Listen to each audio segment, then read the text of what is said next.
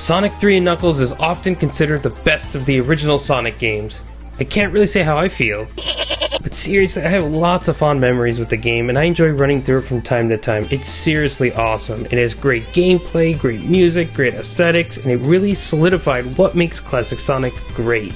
Looking through the various comments of Sonic videos and comments of music uploads, I saw a surprising amount of love for Hydrocity. That's right, I'm not sure if it's Hydrocity, I have no idea.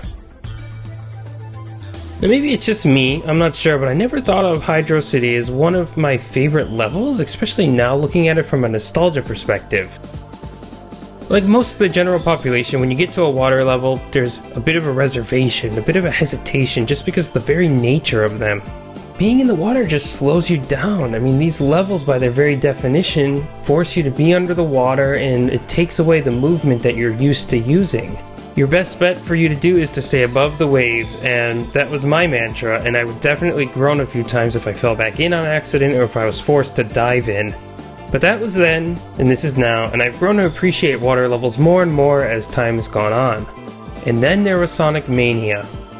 There's something special about revisiting these older stages, especially when they're done so well. It shows how well these older levels and themes still hold up nowadays when you put them next to the new kids on the block. With Hydrocity, they didn't even change too much of it either, with both acts retaining the basic premise of the original, of course with added gimmicks. The bosses were fantastic too, with the callbacks to older games just being so perfect. But what we're here for is Hydrocity and Sonic 3, and so the question remains, is this the best water level in Sonic? Is it the best water level ever? And what about being the best level in Sonic 3? Hydrocity is the second level of Sonic 3, coming in right after Angel Island Zone. Sonic, Tails, and Knuckles all come in the same way, falling in from a waterfall and plummeting down into the depths. You'll land in water unless you're quick and move out of the way, and you can even pick up some extra rings. Even better, if you're Sonic with Tails, Tails by himself, or Knuckles, you can circumvent the water completely by just going above instead. If you're Sonic alone and lack any friends, unfortunately you're stuck going through the water tunnels. These high pressure points are located throughout the level and they add a bit of speed while taking away your control. That said, even as Sonic, there are ample chances to get out of the water once you're in. You'll be hanging from these constantly cycling conveyor poles and fans that randomly pop out of the side of edges. And you could use these to reach the platforms to get you back up.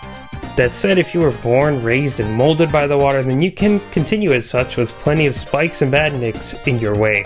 Their strategic placement is genius because on land they're obviously easier to avoid, like this cannon fellow here, but under the water with slower speeds, your timing's gonna be thrown off and you can expect to lose a ring or 20. Even underwater though, a refreshing part of this level is how fast you'll keep going. Yes, of course there are moments of slowdown in terms of no springs being around, but there's quite a few moments where you'll be running underwater at high speeds, and I think this is important for the level overall. The theme of Act 1 is catchy, a bit funky, and jazzy in essence, which definitely gives an added urgency and excitement to the level. Maybe it's just me, but I feel like water levels usually go for a more calming music, at least in, say, Mario games for example. But with Sonic, it's all about pushing forward, and this song helps do just that. Getting to the special stages in this first act can be a bit difficult, but there's an easy one towards the end of the stage, but it depends on the path you take. Wherever you come from determines which part of the ramp is active, so there's a chance that you might be out of luck. If you spend your time underwater, you'll definitely miss a chance at a special stage in the middle of the level. It's one that's very easy to miss. If you manage to stay above water for the most part, you can actually clear Act 1 pretty quickly depending on how fast you beat the sub-boss, which is a machine that spins round and round once it settles in the middle of the stage. When it's moving along the sides, you'll have to avoid it, but it's definitely possible to hit, although it'll be more difficult. When it jumps back to the middle and the balls surrounding it slow down, there's your chance to strike. Again, like the rest of the level, it can be frustrating when it starts to twirl you around and you lose that control that you have. Especially in a Sonic game, waiting can just be annoying.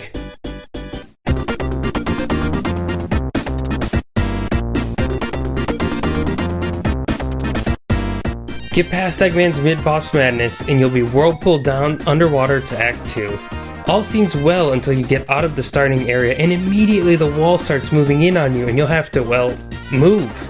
This is such a great way to start the level. It feels like something out of an action movie where you think everything is fine, since most acts start off pretty tame, but here it's as if Act 1 is throwing one final attack at you as you run through the water and dry land and ramps. Lots of ramps. One wrong movement and you'll fall off and meet your maker. In the original Sonic 3 pre-lock-on, they even placed a spring here just when you start speeding up. Sonic's greatest asset could be his enemy here, so you'll have to go slow. I personally think it's hilarious, but I guess the fans didn't, so they replaced the spring when you lock it on with Sonic and Knuckles.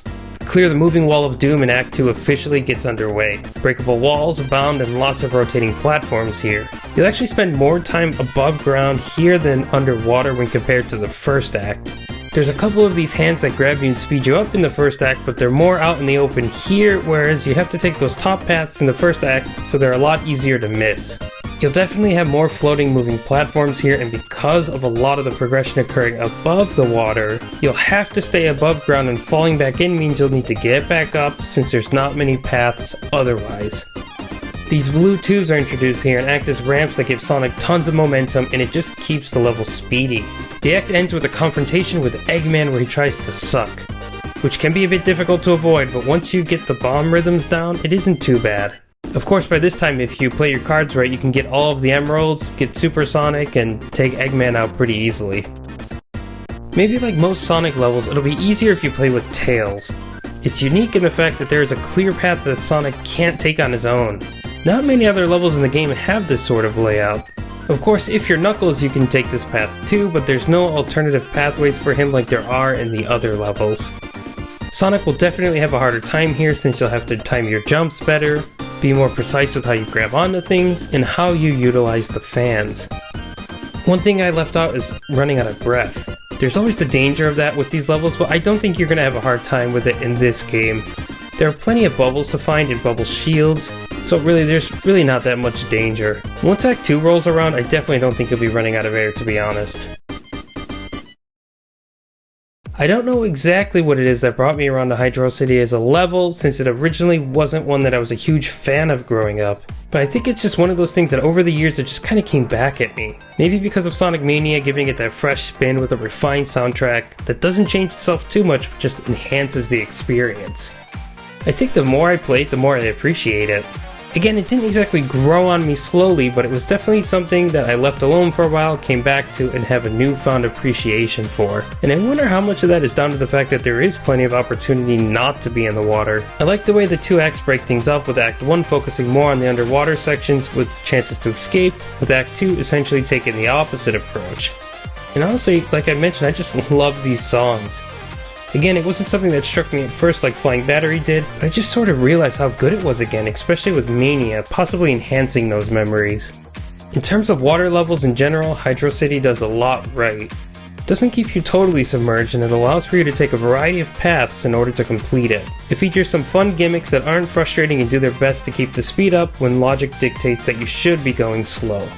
In a pre-boost Sonic world, it's very impressive and one of the best water levels in the Sonic franchise, possibly in gaming history.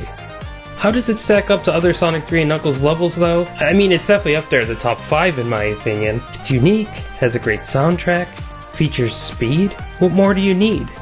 When I look at all the other levels, it just reminds me how absolutely stacked Sonic 3 and Knuckles is when it comes to the levels in the game, and to stand out amongst giants is no easy feat. Hydrocity is one of the seemingly few occasions a water level is done just right.